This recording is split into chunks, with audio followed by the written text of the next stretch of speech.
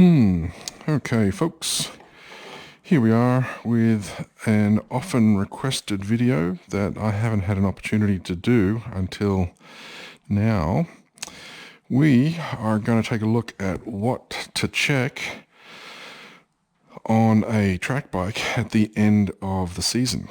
So it's been a kind of a weird 2020 season, and hasn't it been for all? But after, let's see, I think it's been 7 track days, only 7 track days, which is actually pretty low count for me. We are going to see what needs to be done before we put the bike away for winter, and at the same time check if there are any repairs that need to be done. So it's a good time to find out now if we need to order new brake pads or new chain and sprockets, perhaps even a new clutch, things like that. Because the last time you want to find out those things are needed is when there's just a week or less before the next event. Okay, so first thing we are going to look at is the fuel. Here in the US, we have ethanol content in our fuel, which is just awful for long-term storage in any vehicle, but especially a motorcycle. It's a lot worse for carbureted engines. It's a little bit better for fuel injected. When I was working as a technician in various motorcycle shops here in Dallas, the number one moneymaker we had was repairing bikes that wouldn't run. And they wouldn't run because the owners had left their fuel in the tank for an extended period. Sometimes as little as 4 weeks was enough to cause problems. When I was working independently, I made more money fixing ethanol issues than anything else. So what I've already done on this one is I've already drained the tank, so I can't really show you that, but I literally I drained the tank with a fuel pump, which I have for this specific reason, and then I started up the engine and I let it run, just idling, which also warmed up the oil, and then I drained the oil after the engine just died because there was not a single drop of fuel left in the tank, or at least as close to dry as it could possibly be. So that means that I've already drained the fuel and I've already changed the oil. So you can see that that's nice and clean. It's filled the window because it's leaning on its kickstand. When it stands up, the oil level comes up to about here. Okay, so those are the number one issues you want to do. Drain the fuel and change the oil. So I also changed the filter. I buy these in bulk because I go through so many of them. But yeah, this has a brand new oil filter in there. Okay, let's see, what else can we do on this side? We can check the chain. So this motorcycle, this Ducati, has only done, I think, a little over 1,000 miles. It's like almost 1,100. And as a result, the wear pattern on this sprocket is just fine. This is the stock sprocket. It's steel, so it's going to last significantly longer than an aftermarket aluminium sprocket. Now, as far as the chain is concerned, this sticker is all you need to know. Just to follow the directions on the sticker. Some of them, I mean, this one has a length. It literally says it should be this long from here and this long to there. So it's telling you to measure the wear in the individual links. Some of them say that there should be an inch or 2 inches or whatever of slack in the chain. So look at your individual sticker, if you have one still, and follow the directions. Just literally do what the sticker says. If it says this distance here should be this and that distance should be that, adjust it so that it is. If it says that it should have a minimum of this much free play up and down, make sure that it does. I'm not going to cover the individual processes of adjusting the chain because there's so many of them. There's a whole bunch of videos on how to do that on YouTube. So if anyone does have specific questions and wants to see this process on this particular motorcycle, then okay, I'll do it. I could also do some chain adjustments on those, or my girlfriend's MV or the Aprilia. So yeah, let me know if that is something that needs to be done and looked into. Let's see. I've already got videos on how to refurbish and replace the fluid on a shock, so I won't even go into that. That's a little more advanced. Some very specialized tools are needed for that. Let's see. We've got the clutch. Okay. Don't want to go pressing that. My clutch fluid is nice and clean, so I don't even need to worry about that because it's so clean. On this side here, I do need to check the fork seal and its condition. So you can see a tiny, tiny little bit of residue on here from leakage of the fluid onto the slider. Although, yeah, that's most likely what it's from.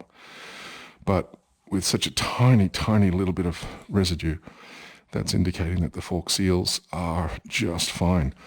If you look at this and you see a big circle, a big black ring of grease, oil, gunge right here, that means you need to look into your fork seals.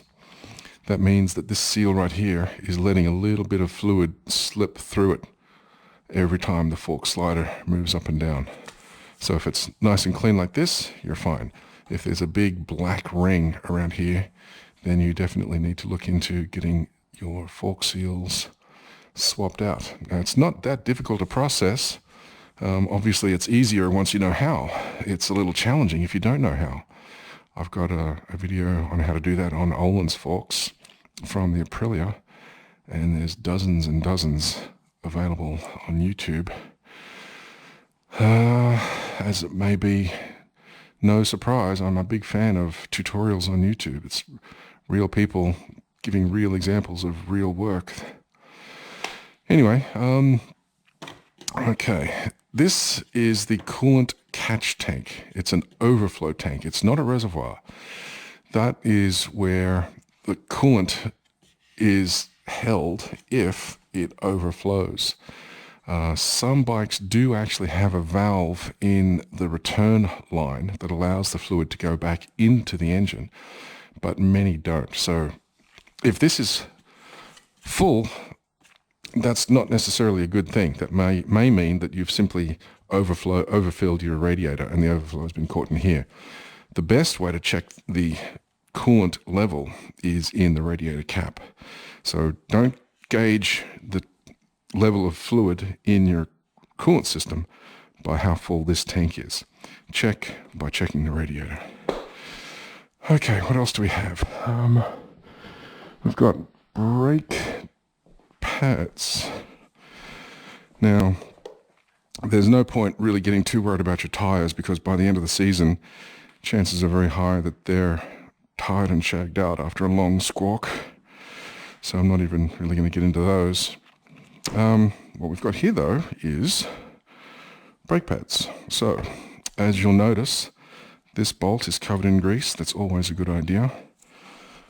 And unless your workshop manual specifically says not to put lube on your bolts, that's usually only an issue in engine fasteners.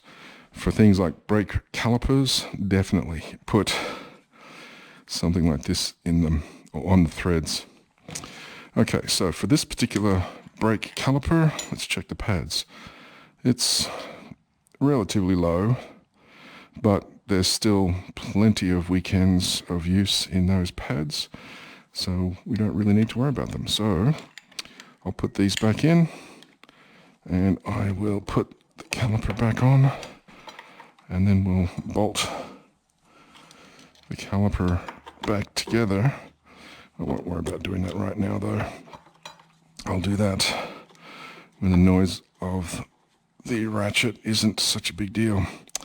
Yeah, okay, so on this seal, you can also see a tiny, tiny little ring of residue around there. That's probably more to do with the WD-40 I used to clean this thing than fork fluid. And if anyone's wondering, this is my travel sensor. I usually slide that up after I've made any changes, just so I can gauge how much travel my fork is getting in this direction. So of course, the more deflection in the forks, the further down this sensor moves. So if I find that it's getting too close to bottoming out, then that means I don't have enough preload, among other things. Anyway, I highly recommend putting a little zip tie on your forks just so you can see how much travel you're getting, and it will allow you to be aware of any changes that are needed. Okay, so now that I've got the brake pad back in, I can pump up the lever, and there we go. So you can see the difference in the brake fluid versus the clutch fluid. So this obviously gets a lot hotter, so it needs to be swapped out more often than the clutch. So I will definitely swap out the clutch fluid. Now it's the brake fluid. It's a little more complex than the old school bikes like those two, because this of course has ABS. Sometimes you need the factory diagnostic computer to tell the system to pump the ABS pump. Sorry, to turn on the ABS pump to get rid of all the old fluid in the system. I don't have one of those for this particular Ducati. I did have it for the Aprilia,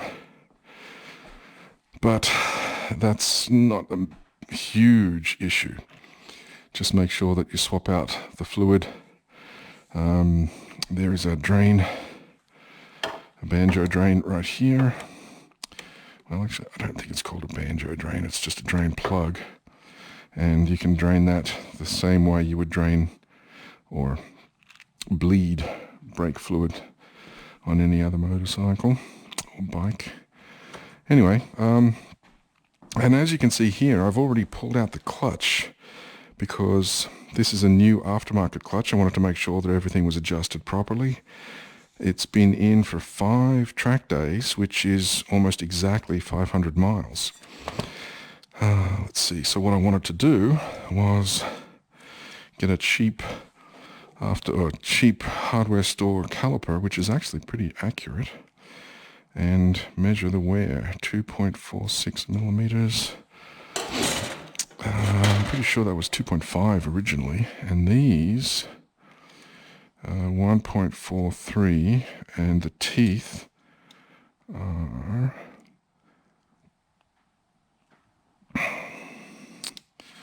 let's see if I can do it. I may need to get my, yes I will. I'll use this.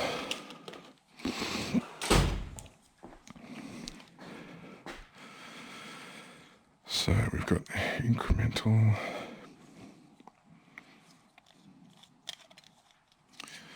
So in this one, we're reading 1.41 on the wear area and 1.43 on the original dimension.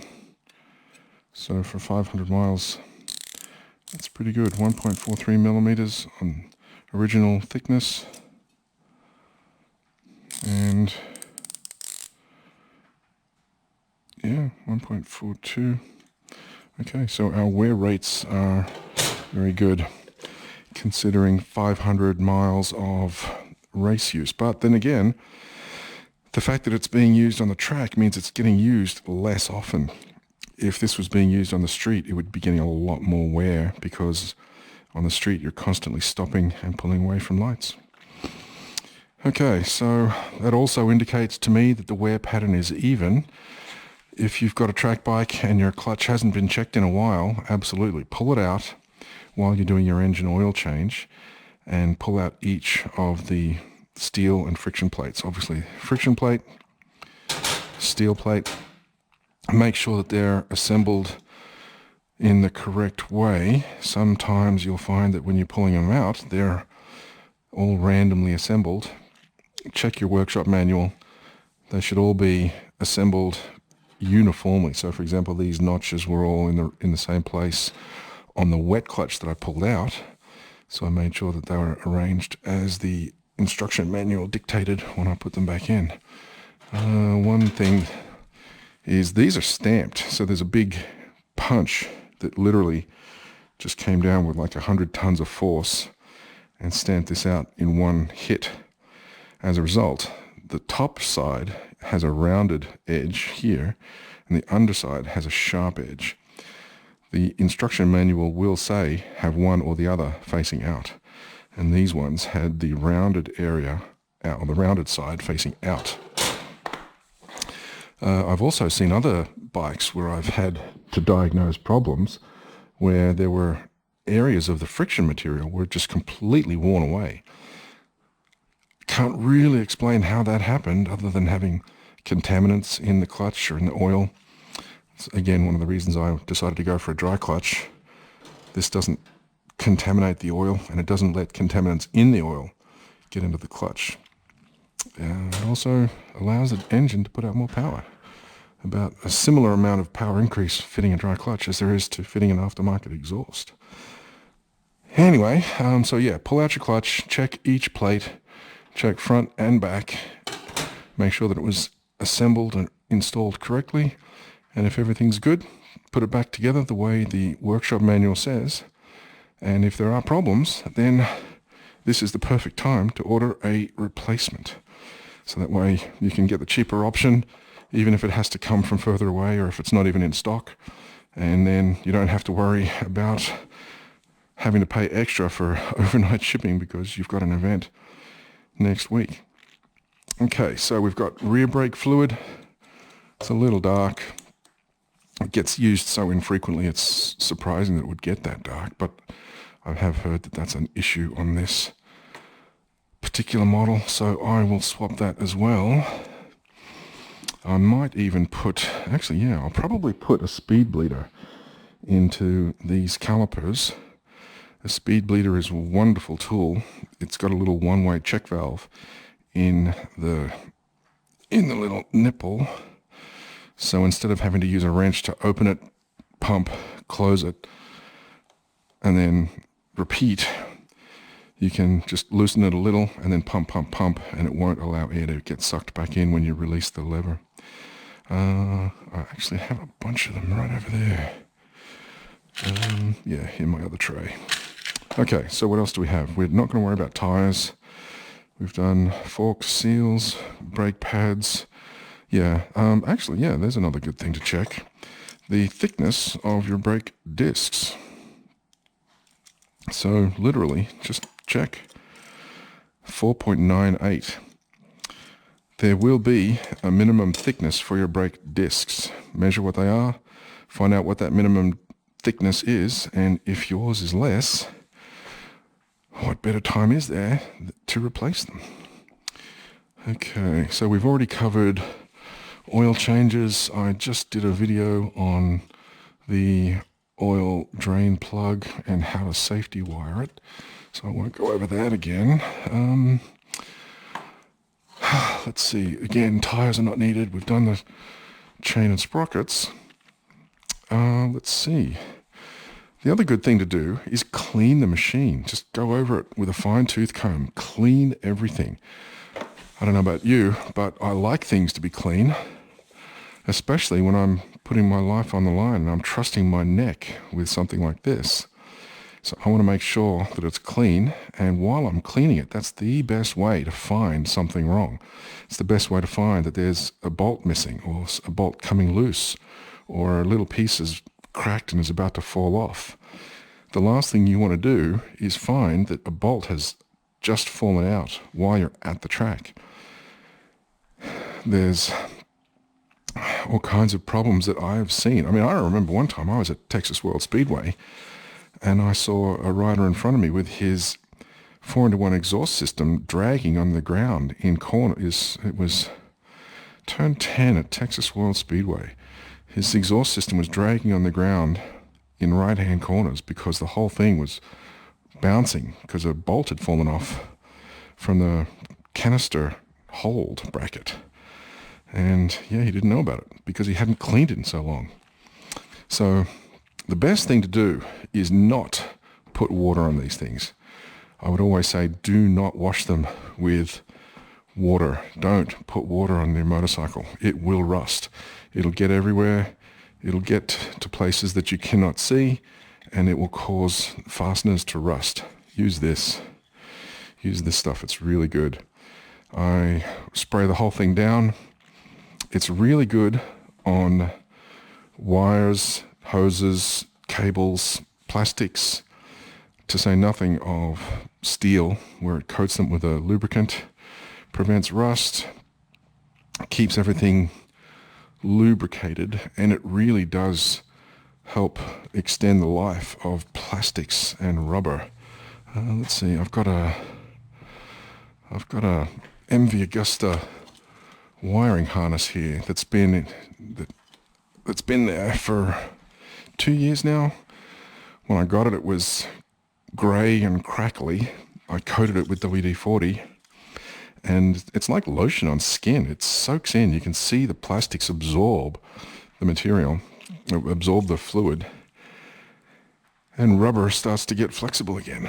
Okay, one other thing I did forget to mention was the air filter. Check the air filter under the tank.